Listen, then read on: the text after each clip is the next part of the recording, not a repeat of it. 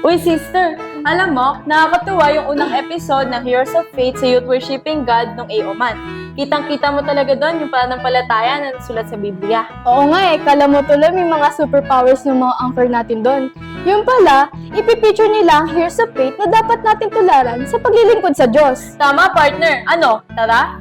Pag-usapan na ba natin? Sige wait, i-live lang natin tong camera. Hala, kanina pa pala naka-play. Shalom po mga kapatid! Ako po si Sister Queenie. Kapayapaan po, ako naman po si Sister Jane. At sama-sama po nating tunghayan ang panibagong kwento ng Youth Worshiping God, Heroes of Faith, Youth Edition!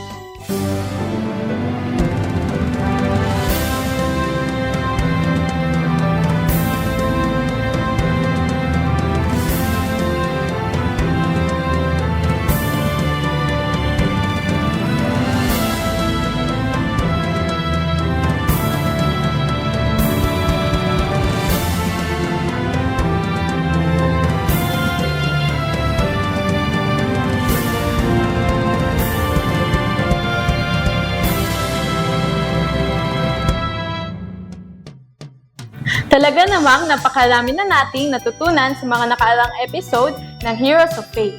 Possible na na-inspire tayo, nakilala natin yung mga character sa Bible at namangka tayo sa pananampalataya o faith nila sa ating Panginoon. Kaya bilang mga kabataan, lalo pa nating alamin kung sino pa sa Biblia ang ma-inspire tayo dahil sa kanyang buhay kabataan na naglilingkod sa ating Diyos. Join us mga kapatid at ma-inspire tayo sa buhay ni Samuel and the call of God to him na nasulat sa aklat ng unang Samuel.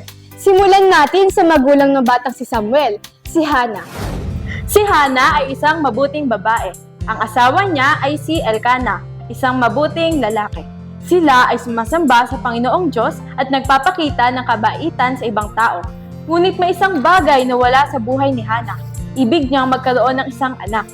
Siya'y naghihintay, nananalangin at umaasa at naghihintay pa muli. Ngunit walang sanggol na ibinigay kay Hannah. Bawat taon, si Hannah ay pumupunta sa tabernakulo o shilo ng Panginoon upang magsamba. Buong pait na lumuluha si Hannah at taimtim na nananalangin sa Diyos. Isang araw, siya'y nangako sa Panginoon na kung siya'y bigyan ng batang lalaki, iaalay niya ang bata na maging lingkod ng Diyos buong buhay nito. Panginoon, Diyos na dakila at pinakamakapangyarihan sa lahat, kung pinakikinggan ninyo ako, kung hindi ninyo ako pinapabayaan, sa halip ay bigyan ninyo ako ng isang anak na lalaki, at kung bibigyan ninyo ako, ihahandog ko siya sa inyo, at maglilingkod siya panghabang buhay sa iyo, at hindi ko puputulin ang kanyang buhok. Ang matandang saserdote na si Eli ay nakita si Hannah na nananalangin. Ang akala niya, si Hannah ay lasing, sapagkat ang kanyang mga labi ay gumagalaw, ngunit walang ingay na lumalabas. Kaya't sinabihan si Hannah ni Eli. Hannah, itigil mo na ang paglalasing mo at itigil mo na rin ang pag-inom ng alak. Magpakatino ka na. Hindi po ako lasing, ni hindi po ako tumitikim ng alak. Ang damdamin ko'y naghihirap at dinudulo pa lamang ito sa Panginoon. Huwag sana niyang isipin na ang kanyang lingkod ay isang masamang babae. Pinapahayag ko lamang ang matinding paghihirap ng aking damdamin. Ipanatag mo ang iyong sarili at umuwi ka na. Ang Diyos ng Israel ang tutugon sa iyong kahilingan. Magkatotoo po sana ang inyong sinabi sa akin.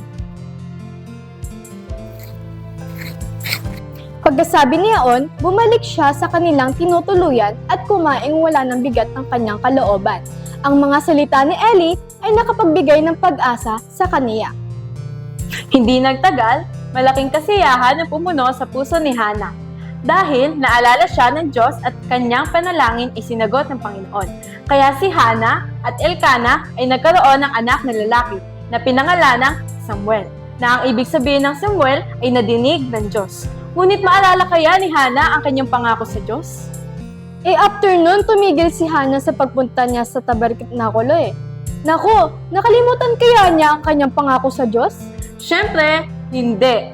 Sa katunayan, mababasa natin na hinintay lamang ni Hannah na lumaki si Samuel upang ang bata ay maiwan sa templo at tumulong kay Eli sa paglilingkod sa Diyos. Dahil doon, binigyan ng karangalan si Hannah ng Diyos dahil sa kanyang katapatan. Kaya sumunod kay Samuel ang 3 pang anak na lalaki at 2 anak na babae. Walang patid.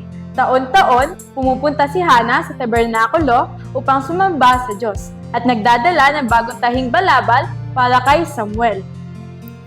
At yan po ang first part ng kwento ng ating featured hero.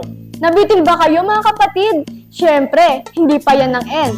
May kasunod pa yan na muli nating pagkikita. Pero pansin niyo ba? Ang daming natutuhan sa kwento ni Samuel bago pa lamang siya ipinanganak.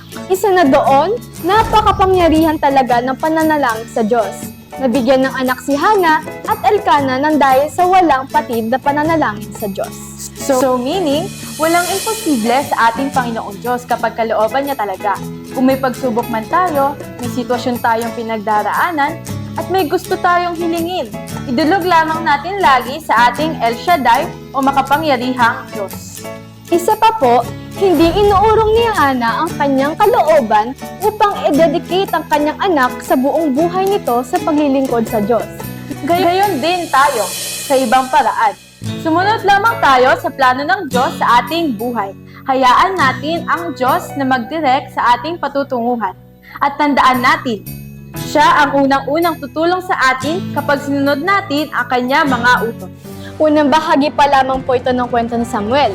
Lalo mabubuting payo mula sa Biblia ang ipaglilingkod po namin sa kasunod na part ng episode na ito. Hanggang sa muli pong pagtatanghal ng programang nagtataguyod ng pagiging makabuluhan ng isang buhay kabataan.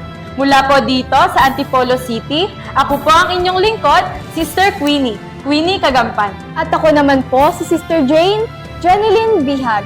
Isang proud na kabilang sa Youth Worshiping God, Heroes of Faith, Youth Edition!